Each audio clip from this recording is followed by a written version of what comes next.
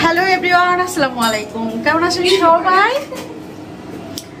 আমি চলে আসছি স্বামীর বাসায়। আর আজকে হচ্ছে এটাকে আমরা কি বলবো স্বামী, মানে শোকের মধ্যে আমরা একটু আনন্দ করার চেষ্টা করতেছি। সারাটা দিন তো বুঝতেই পারতেছেন কি একটা পরিবেশের ভিতরে যাচ্ছি আমরা। ওরা তো হাজবেন্ডের সাথে আছে, আর আমার তো অবস্থা জানেন, আমি বাচ্চা কাচ্চা ফালাই রেখে আমি এভাবে সময় কাটাচ্ছি।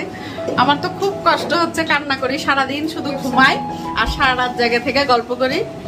তাই তো আজকে চলে আসছি স্বামীর বাসায়। এখন এসে স্বামী রান্না বান্না করছে দেখি, আর পাস্তা করতেছে কে? তোমার নামটা বলো তো মামনি। পারিসা। পারিসা, পারিসা হচ্ছে, কিন্তু পারিসার বাবার নাম কি বলবো? না না না, এখন বললে কিচ্ছু হবে না, কারণ এই ভিডিওটা তো অনেক পরে যাবে বাবা, এক সপ্তাহ পরে যাবে। না না না না, আগামী এক বছরে আমাদের রিস্ক আছে।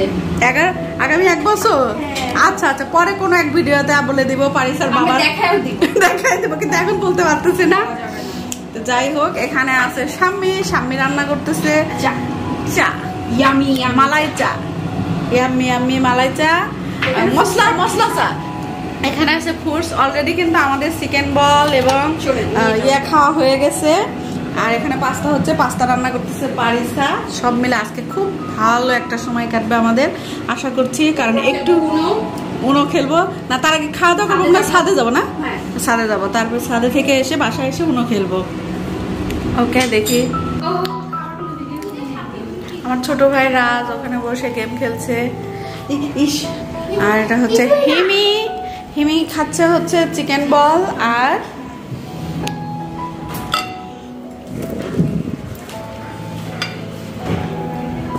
এটা কে খাচ্ছে?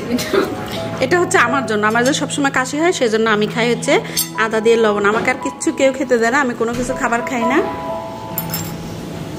এই যে আরেকজন এসে খাওয়া শুরু করছে, একটার পর একটা খাচ্ছে। আর আমাদের বেবিটা আর আমিটা কিচ্ছু খাই না, তাই না বাবা? আর সবচেয়ে বাসার সবচেয়ে সৌন্দর্য হচ্ছে, দেখছো রাজ কিন্তু ঘরে ঢুকে গেছে। আর দেখাবো না তোমাকে, এটা হচ্ছে একদম মনে হচ্ছে না সিঙ্গাপুর চলে আসছি। পাশে এত সুন্দর রাস্তা, এটা হচ্ছে 300 ফিটের রাস্তা, খুব সুন্দর একটা ভিউ। আমরা যখন ছাদে যাব তখন আপনাদের সাথে শেয়ার করব।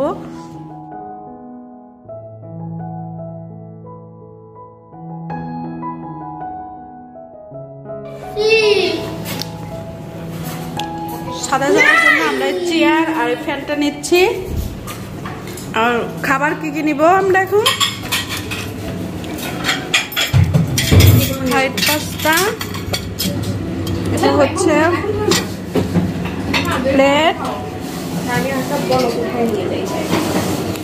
আর চা। তাহলে আমরা কি চলে যাবো? চলে যাবো। আম্মু কি তুমি দুটো নিতে পারবা? দুটো নিতে পারবা?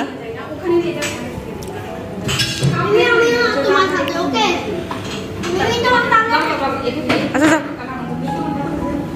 এটা খুলে নাও।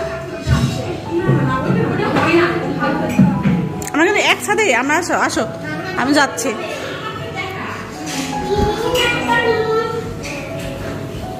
আসলে রাত্রে তো বোঝা যাচ্ছে না, রাত্রে তুমি এদিক দিয়ে এসো আম্মু, মাঝখান দিয়ে বাবুকে নিয়ে আসো। এই তো এত গাছ, এত সুন্দর একটা ছাদ, কিন্তু বিকেলে আসলে ভালো হতো। আকাশটাও খুব সুন্দর, ওই যে প্লেন যাচ্ছে।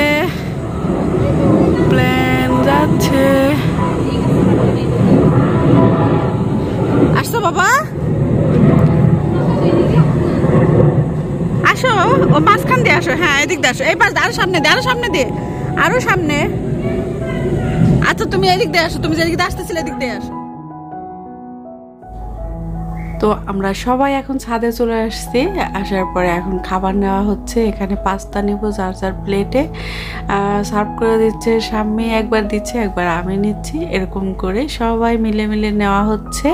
তারপরে চাটা ওইভাবে ঢেলে নিয়ে আমরা কিন্তু যার মতো খেয়ে নিব। তো রাজের হাতে খাবার নিয়ে নিল। তো সবাই হাতে কিন্তু আমরা খাবারগুলো নিয়ে নিচ্ছি। আর এত মজা হয়েছিল। পারিসা, তোমাকে অসংখ্য ধন্যবাদ। আমি জানি না তুমি আজকে ভিডিও দেখবা কিনা, তো তোমাকে কিন্তু অনেক ধন্যবাদ দিলাম এত সুন্দর একটা পাস্তা খাওয়ার জন্য, আমাদের খাওয়ানোর জন্য।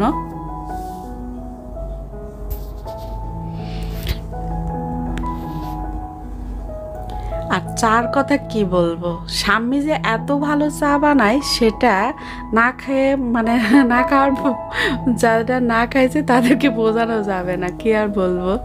অসম্ভব অসম্ভব রকমের ভালো মানের চা বানানো শিখে গেছে আমার এই বোনটি। সব রান্নায় মানে আমি তো শুধু মুগ্ধই হচ্ছিলাম যে এত ভালো ভালো রান্নাও কিভাবে করা শিখলো, প্রতিটা রান্না এত মজার হয়।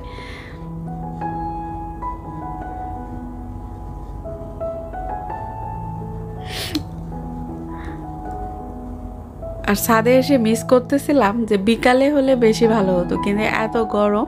আমরা কিন্তু চার্জার ফ্যান নিয়ে আসছি, তারপরে খাওয়া দাওয়া করছিলাম ফ্যানের বাতাস এইসবের মাঝেও বেশি একটা ভালো লাগছিল না, কারণ রাস্তাটা এখান থেকে দেখা যাচ্ছিল। আর আপনারা জানেন দেশের পরিস্থিতি কেমন, তো কিছু কিছু পরিস্থিতি আমরা রাস্তা এখান থেকে দেখছিলাম, তো ওই জন্য পরে আর ভালো লাগলো না। আমরা কিন্তু বেশিক্ষণ আর ছাদে থাকিনি, তারপরে আবার রুমে চলে যাই।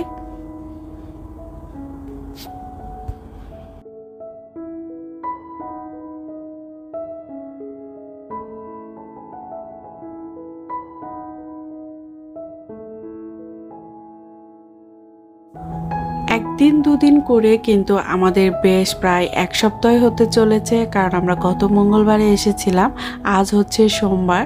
তো সোমবারে আমরা রাত্রে ডিসিশন নেই, মা রাজও বলছিল যে টিকিট কেটে হয়তো যাওয়া যেতে পারে, যেহেতু আমার গাড়ি আছে, আপনাদের আমি এয়ারপোর্ট পর্যন্ত পৌঁছাতে পারবো। তো রাজও চেষ্টা করলো, মানিকও চেষ্টা করলো, তো কোনোভাবে টিকিট কাটা যাচ্ছিল না, যেহেতু অনলাইনে কোনোভাবে যোগাযোগ করা যাচ্ছিল না।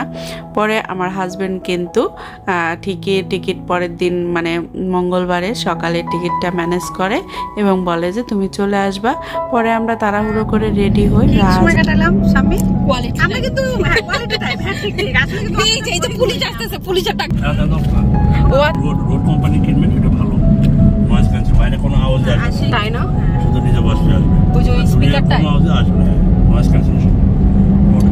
কেন না কেন আমি নিব না, আমাকে ভালো দেখা যাচ্ছে না। আচ্ছা ভালো দেখা কেন সামনে ফেলবি তোমার তো ক্যামেরা ফিক্স সুন্দরই বেশি তো সেটা রাইজে ওর জামাই ছোটবেলায় আমাকে কোচুরিও বলে ডাকতো।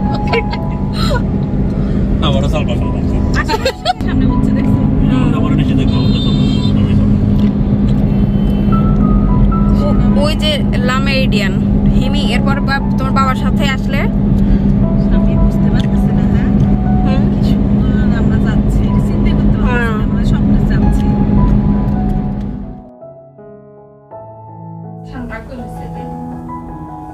তো রাজ আর শাম্মী কিন্তু আমাদেরকে এয়ারপোর্টে লেপ দিয়ে চলে গেল।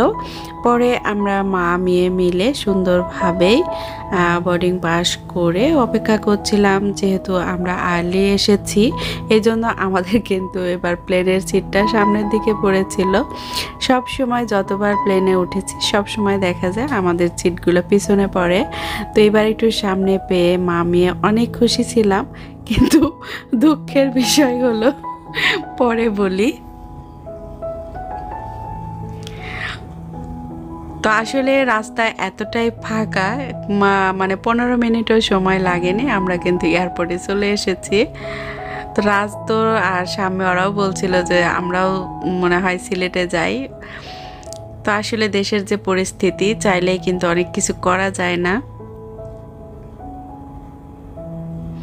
রাস্তাঘাট দেখছিলাম আর মনে হচ্ছিল যে আসলে স্বপ্নের একটা দেশ, স্বপ্নের রাজ্যে মনে হয় ঘুরে বেড়াচ্ছে। আসলে আমাদের সাথে কি হচ্ছে বা কি হবে আমরা কিন্তু কিছুই জানি না, তাই না?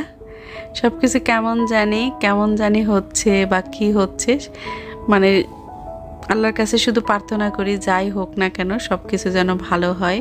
আর সব সময় আল্লাহর কাছে এটাই প্রার্থনা করি যে প্রতিটা মানুষ যেন আমরা ভালো থাকি, সুস্থ থাকি, এবং দুবেলা দুমুঠো ভাত কাপড় যেন আমাদের আল্লাহ সবসময় সব কিছুতেই যেন আমরা পাই।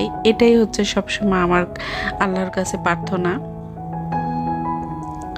তো তো পরিশেষে মনে মনে খুব আনন্দ হচ্ছিল যে মানে আমি আমার সন্তান হাজব্যান্ডের সাথে দেখা হবে এবং এটা যে এত দ্রুত হবে এটা কিন্তু কখনোই ভাবিনি।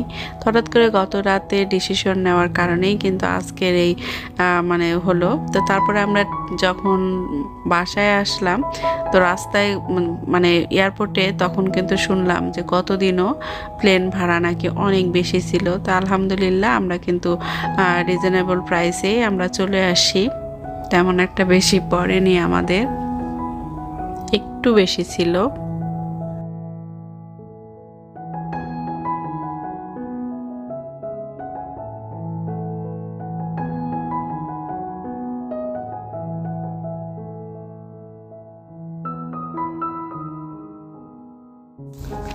তো যদিও যাচ্ছি প্রিয়জনের কাছে, আবার আরেক প্রিয়জনদেরকে রেখে সেটাও একটু খারাপ লাগছিল, বিশেষ করে বাবুটার জন্য।